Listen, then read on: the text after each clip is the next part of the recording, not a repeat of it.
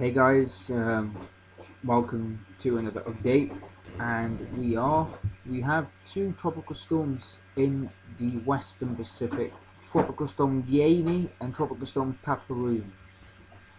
Tropical Storm Prapiroon is gonna be hitting Hainan Island in China with about 40 knots, which is about 45 miles an hour. It's going to weaken on the 24th to 20 knots. No, yeah, it's going to weaken to 24th on 20 knots. But yeah, and then that's Prapiroon for you. Now, Tropical Storm Gaemi, which is supposed to be rapidly intensifying, could start its rapid intensification phase in the next few hours once it gets out that strong wind shear in the south. It is meant to become 100 miles an hour, but it could become a category 4, which is I was only predicting category 3 yesterday. Now I'm predicting a category 4 because if that wind shear goes away, I'll show you.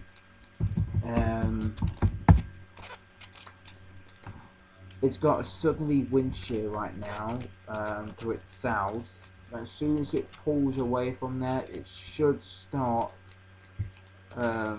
intensifying again. Could even rapid intensify or explosively intensify, which means it would jump from 60 miles an hour to 110 miles an hour in the space of 6 hours, which they can do in the Western Pacific. Storms can do that like that. So I'll wait for this to load. As you can see, no, that's the Atlantic. We don't want the Atlantic. Let's have a look at the Western Pacific, and you can see right now that the Western Pacific has a lot of wind shear towards its south, so like near the Philippines and southern Vietnam, but it should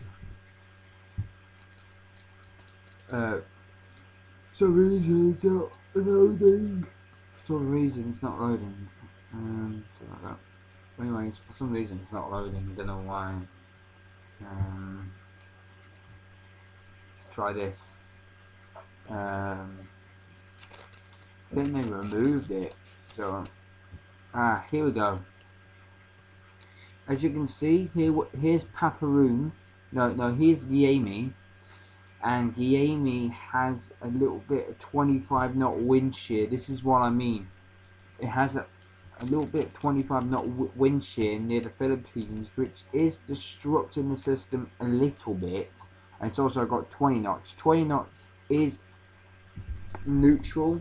I can do the storm well, but as it heads towards the north near Taiwan and Miyakojima and Okinawa, it should start weakening again, because it got that high wind shear. Where that high wind shear moves out towards the north, moves further south, and you have like less wind shear start building again, like the 20, 15, 10, 5 knots of wind shear over there. Then I think it will probably become a lot stronger. But I'm only predicting right now a strong category 3 to low to mid-range category 4. If it was going to become a category 5, this wind shear would not have to be there, or it would have started rapidly intensifying by now if it was a category 5, which I don't think it is rapidly intensifying at the moment. It could rapidly intensify later on tonight into early tomorrow morning. But yeah, near where Prapiroon is in 20 knots of wind shear. So Prapiroon right now is basically in the good. It's basically going to be 15 knots of wind shear. So the only thing that's going to really disrupt the system is land, like Hainan Island. That's the only thing that's going to destroy the storm. As you can see here, it is meant to weaken, and you can see from 90 knots to 70 knots because of that wind shear. Now, whether it stays in the 20 knots wind shear and keeps intensifying, or whether it moves further out towards the west near Okinawa and Miyakojima, when it moves further west and it weakens even more due to that 30 knot wind, 25-30 knot wind shear, then it could prohibit the storm. But the reason why I don't think it's going to do that, because the high pressure system near Japan is going to be pushing the system towards the northeast into China. Could make landfall in Taiwan, but it is meant to be grazing the coast of Taiwan as a category 3, and could make landfall as a category 2 or category 1 on China. Shanghai, you're in the cone, so if you leave from Shanghai to anywhere between Hong Kong and Shanghai, you're in the cone for this system. Taipei, Taiwan, you're in the cone. Northern Manila, you're in the cone. Miyakojima, Okinawa, and that other island there, you're also in the cone. So prepare for typhoon impacts. It's the wind that's mainly gonna be the problem with this system. The rainfall, yes, the rainfall will be very high, but it's mainly in these strong typhoons, like category 2s and higher. It's mainly the winds. Now we have to keep an eye on this, because I think the JTWC is underplaying the storm. A lot of people are underplaying the storm. It's meant to get from 50 knots to 55 knots by tomorrow, and then by the 23rd it will be by a typhoon. Surely, I think it will be a typhoon tomorrow. I think it will be a typhoon by tomorrow. If this can get out the strong wind shear that's disrupting the system right now, if it can get out, reorganize itself, it should start intensifying, maybe rapidly intensifying or explosively intensifying, and depends whatever strength it is when it gets towards Taiwan and Miyakojima, then we have to keep an eye on this system. Also, there is an area of interest in the Eastern Pacific as well, which I was telling you about, which I showed you on the last video, on my last update, that the models were hinting of a major hurricane in the Eastern Pacific, but they backed off from that major. It still could be a strong tropical storm if it does form, which highly do think it will form. They are hinting of two systems right now. This one, Central and Western East Pacific, a tropical wave located well to the southern tip of Baja California Peninsula. It's producing disorganized showers and thunderstorms. Environmental conditions appear conducive for some gradual development of the system over the next several days, while it moves westward to west-northwest at 10 to 15 miles an hour across the central and western portions of the basin. They're giving it a 0% chance in the next 40 hours and a 30% chance in the next 7 days. I believe this was 40% chance yesterday when I looked. And they're also giving another disturbance 1, and that was the disturbance that I think was originated over here.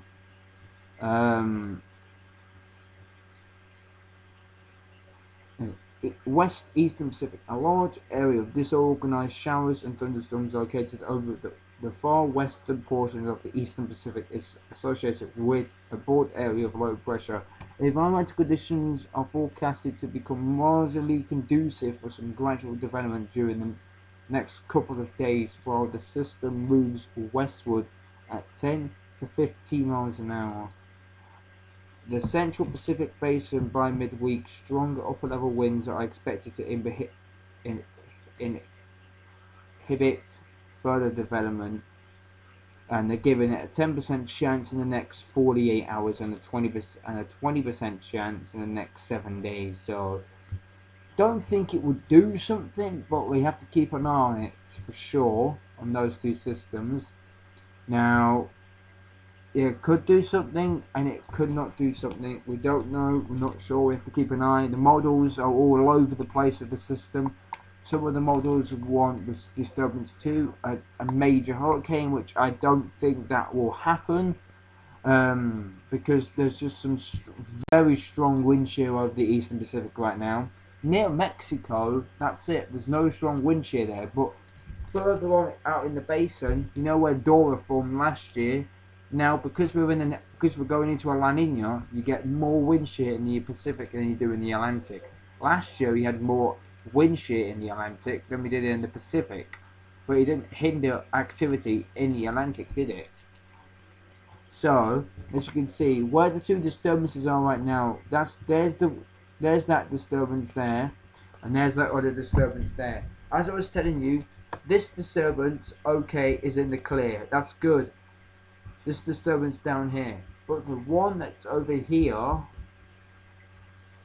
I don't think that's going to form, because as it heads towards the Central Pacific near Hawaii, there's like 70 knot wind shear, which will rip the system apart.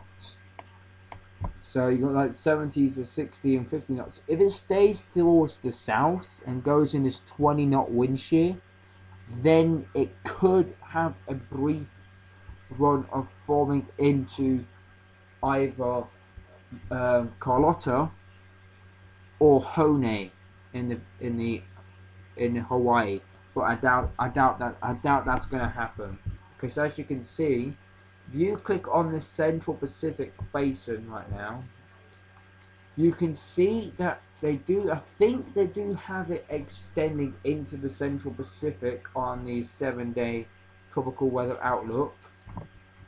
Yes, you see, basically Hawaii Standard Time. So basically that this system is not going to do anything. I'm sorry. For all you guys who likes see, look, it's basically not going to do anything. Approximately 1,500 miles east-south of Hilo, Hawaii, a large area of disorganized showers of the sun is located over the far western portions of the Eastern Pacific is associated with a broad area of low pressure. Environmental conditions are forecasted to be marginally conducive, which is the 20 knot wind shear I was talking about, for some gradual development during the next couple of days while the system moves westward. In the next couple of days, when it moves westward, that wind shear is meant to move further south. So it literally has a couple of days for it to form, which I doubt. If it gets its act together now, really starts to blow some good cloud tops and close itself off, and gets designated to a 70% chance of formation by the Central Pacific hurricane season, then this could become Hone. But I don't think it will become Hone, to be fair. But then you've got this system over here, which is forecasted. If it doesn't form, I don't think it will go into the. I don't think it will go into the. As soon as it goes into the Central Pacific, that far north, that's it. It will get absolutely ripped apart by 80 knot wind shear. This system is meant to form further that way though. That is still in the Eastern Pacific, but the Central Pacific hurricane season is the Central Pacific Hurricane Center is watching this system, so it could form in the Eastern Pacific, where it becomes a tropical depression, and then if it does get named and it moves into the Eastern Pacific. No, it moves into the Western Pacific before it gets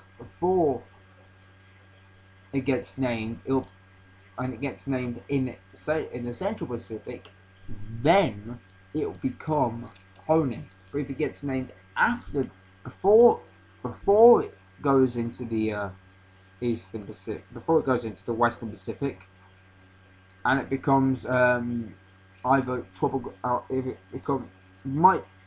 becomes Tropical Storm Carlotta, then if it moves into the Western Pacific, it moves into the Central Pacific, Tropical Storm Carlotta Hone, which will have the double barrel name.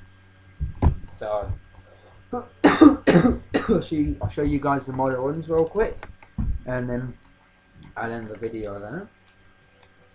But as you can see, I am looking at the El Nino La Nina Southern Oscillation, and we are heading back into a La Nina, which is bad news for the Atlantic, which will make the Atlantic just go absolute boom boom in August, because by late this month, early August, we could have some tropical development coming off the coast of Africa. So we have to keep an eye on that.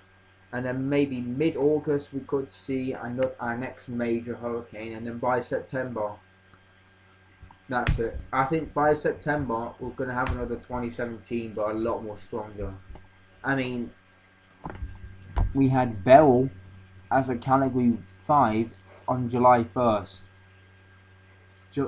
July 2nd, when Beryl became a Category 5 in the Atlantic, which is very rare. So that's why I think that this season could be a hyperactive season.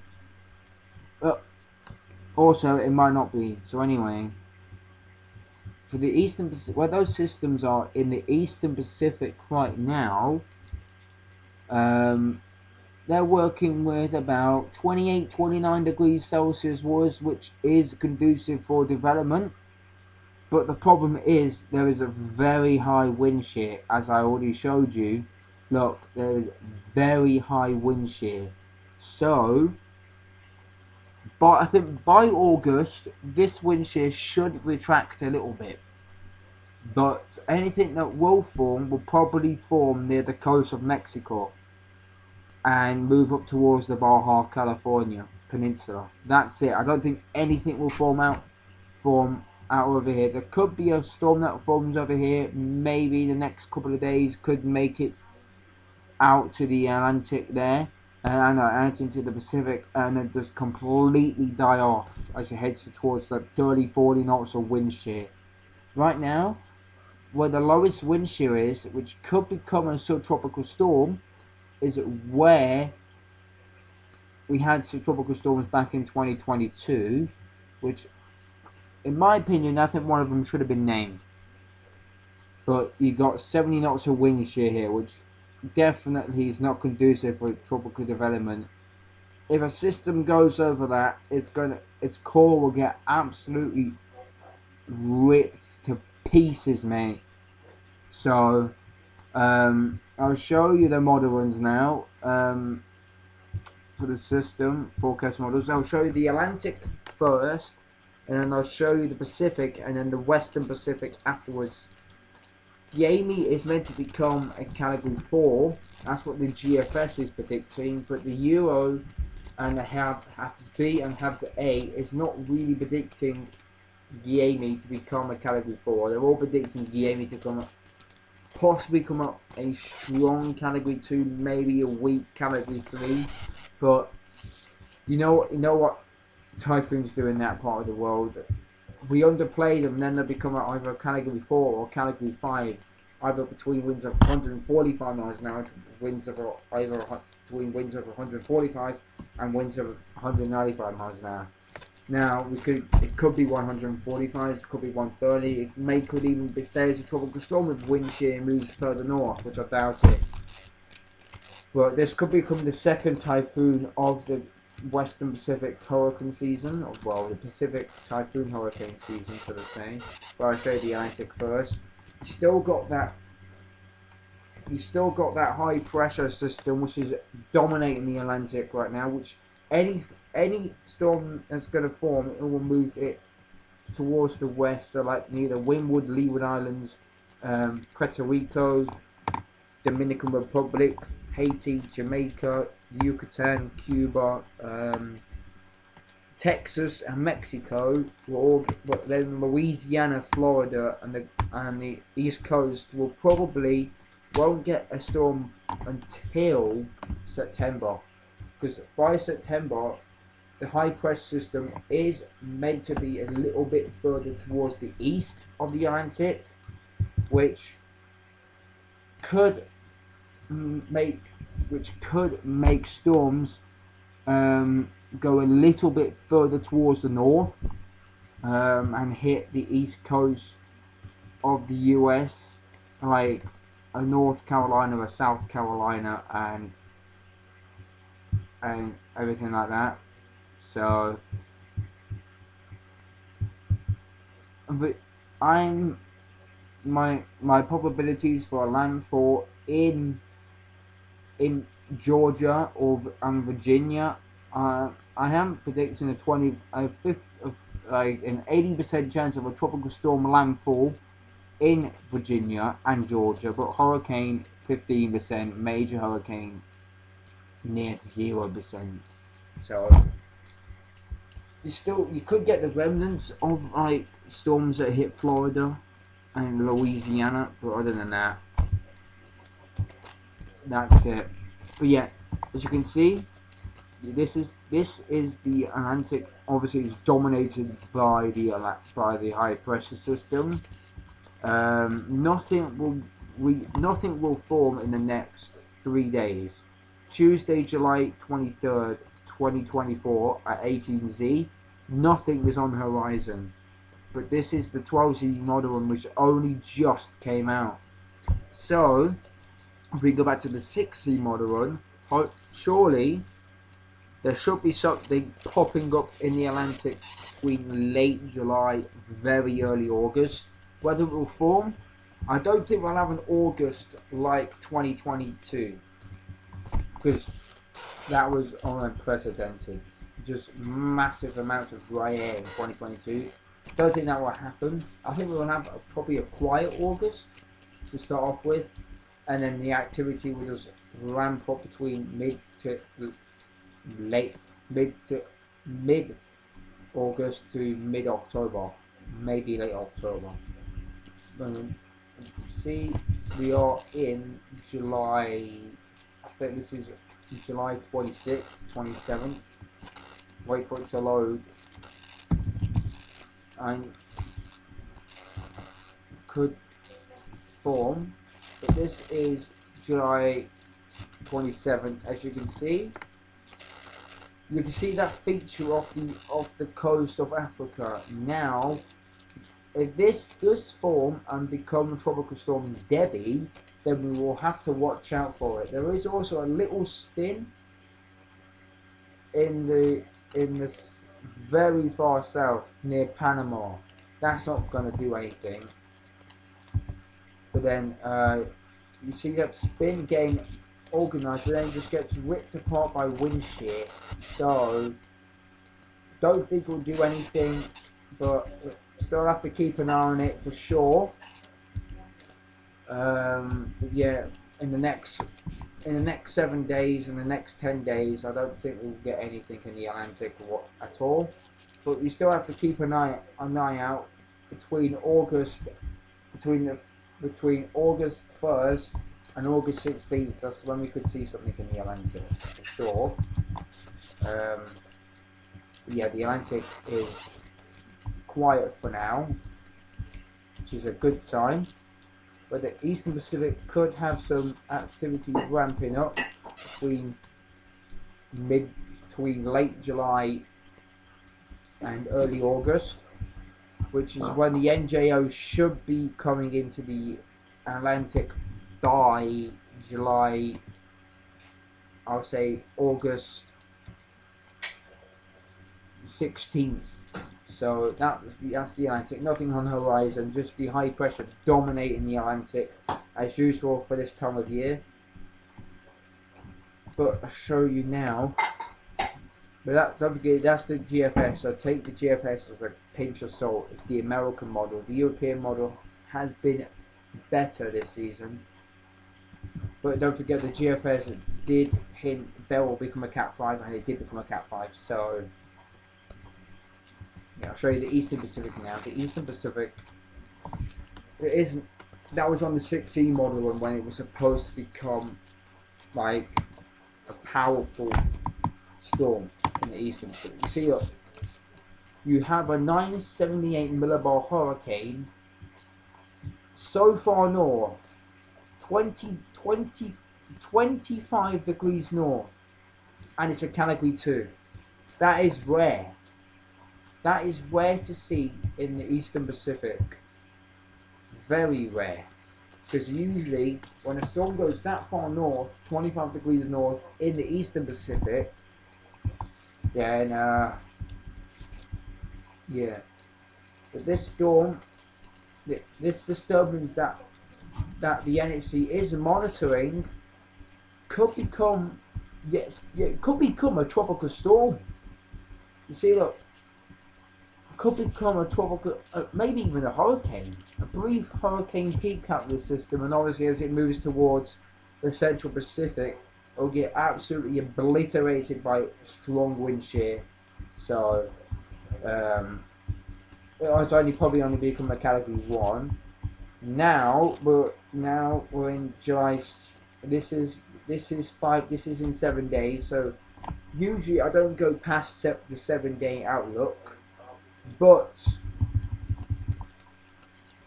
do take it as a pinch of salt.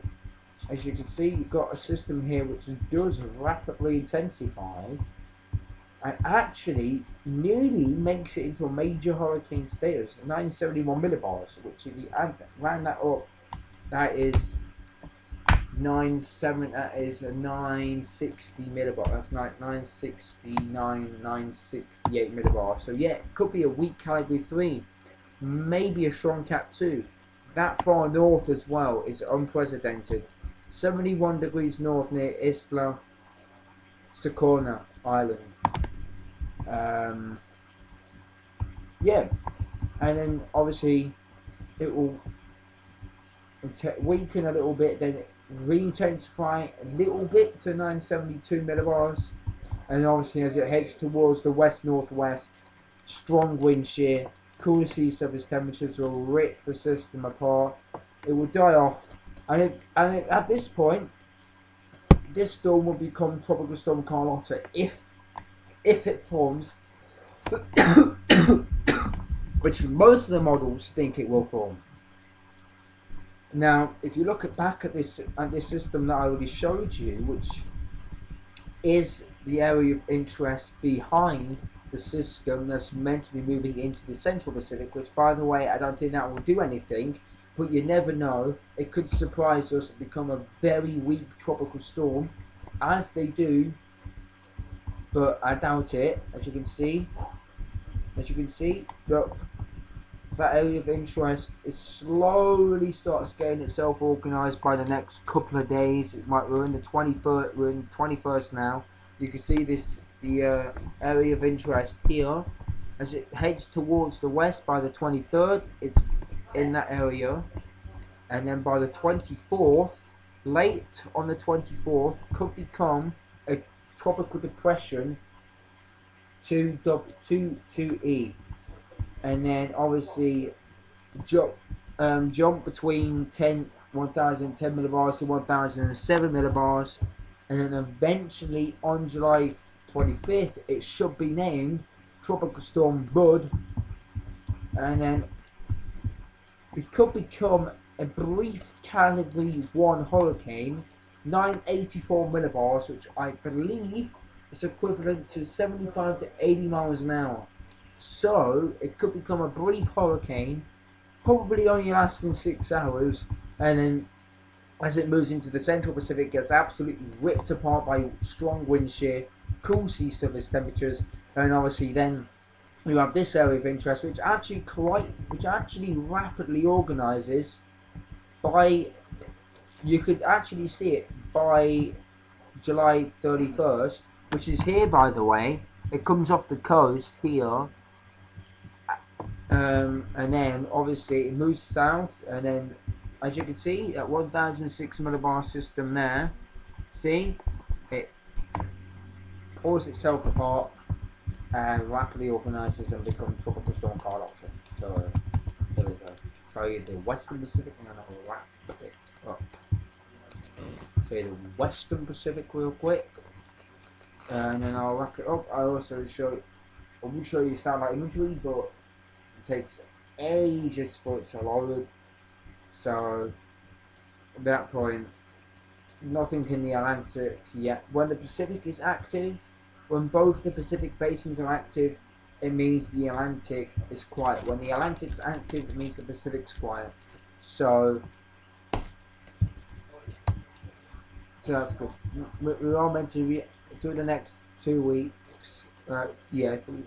August 21st, between now and August 8th. Probably between August 10th, it could be quiet, which is good news for the Atlantic, because people in Keriku Island still, Keriku Island, Jamaica, Yucatan, and Texas are still recovering from tropical storm from Category 5 Hurricane Beryl. So as you can see, here's the Western Pacific. You can see right now this storm. The GFS has it as 986 millibars, so I think it's a typhoon right now, if I'm not mistaken. 993 millibars for tropical storm Prapiroon. 986 millibars, so it could be a typhoon right now. As it heads towards the north, 983 millibars.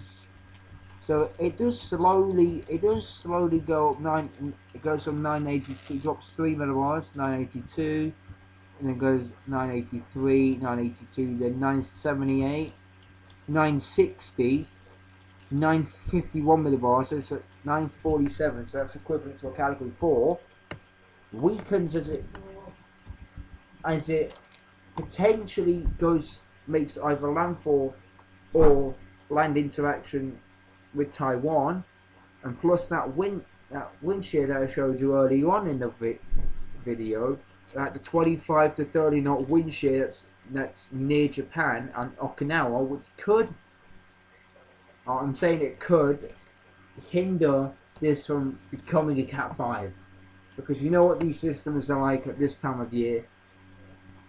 Any good conditions for these typhoons, boom, they start rapidly intensifying. You saw it last year, you saw it 2021, you saw it 2020, you saw it 2019, and you saw it 2018. When any good conditions for the next 3-4 days, that boom, explosively intensified from tropical storm to Cat 5 in 12 hours.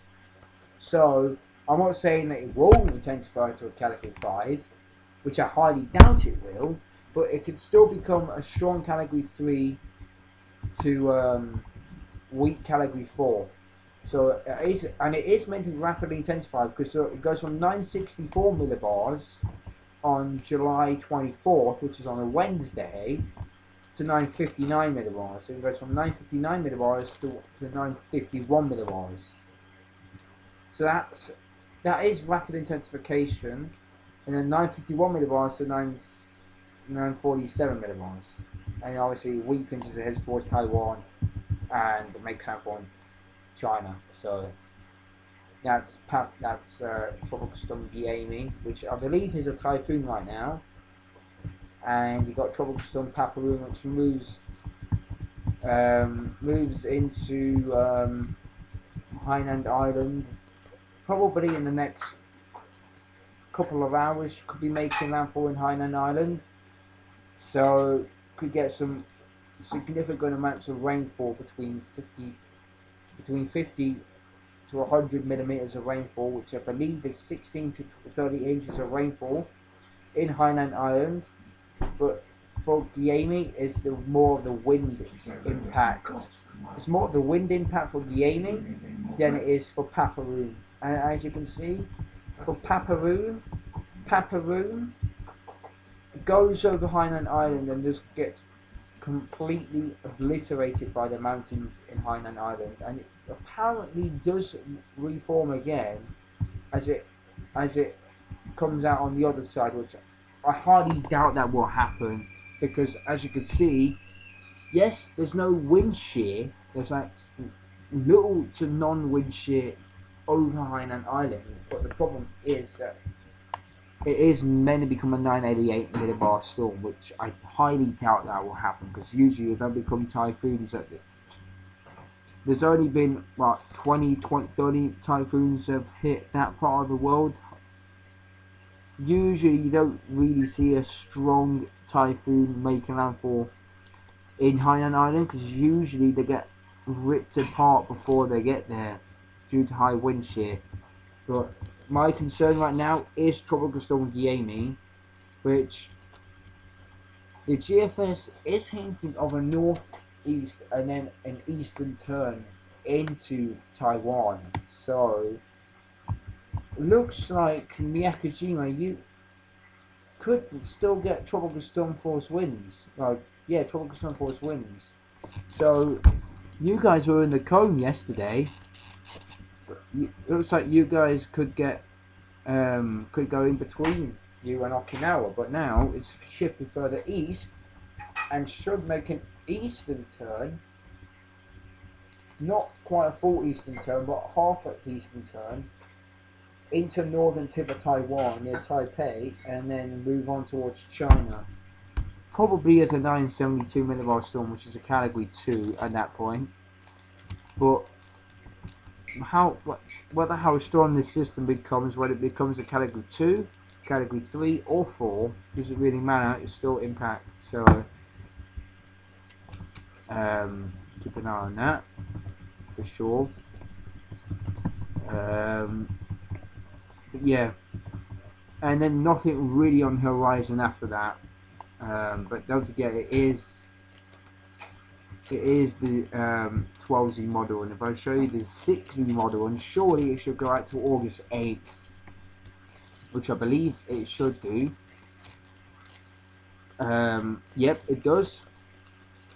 Okay, you can see the storm makes landfall over China, delivers massive rainfall over China, and then obviously it heads towards the north and gets sucked up by a extratropical low, and then you have potentially another 2 systems forming after that. One near the northern tip of the Philippines. If you look here, look in this general direction and this general direction, you can see very quickly we have an invest that quickly gets itself organized, becomes a very weak tropical storm and dies off. But then it actually does the Fujiwara effect with this storm that's meant to be in the actual South China Sea. Does the Fujiwara effect and gets sucked up with the Fujiwara effect, and it could be a one storm. So we could have 2 more named storms out there, but the one that's meant to be here and that forms, if that one becomes stronger, usually the stronger storm would suck up the weaker storm and dance around each other and do the Fujiwara effect. Now that could happen. But don't forget, the GFS has not been good this season for sure, especially in the Western Pacific. Because if you look back in May, the GFS were hinted of 2 major powerful category 4s in the Western Pacific. That never happened. So, and then obviously that storm heads towards Taiwan again, but I think it hits Hong Kong. No, but Hong Kong could be in the cone, and then later on we could have another system forming. So back-to-back tropical systems, back-to-back systems forming in the Western Pacific. So, but take this as a pinch of salt, though. Take this as a pinch of salt, because we're 10 days in. So whether it happens, whether it doesn't happen, This is August 5th. This is 10 days from now. So take it as a grain of salt. Might not form, might form. You don't know if it will, you don't know if it won't. So just take it as a pinch of salt.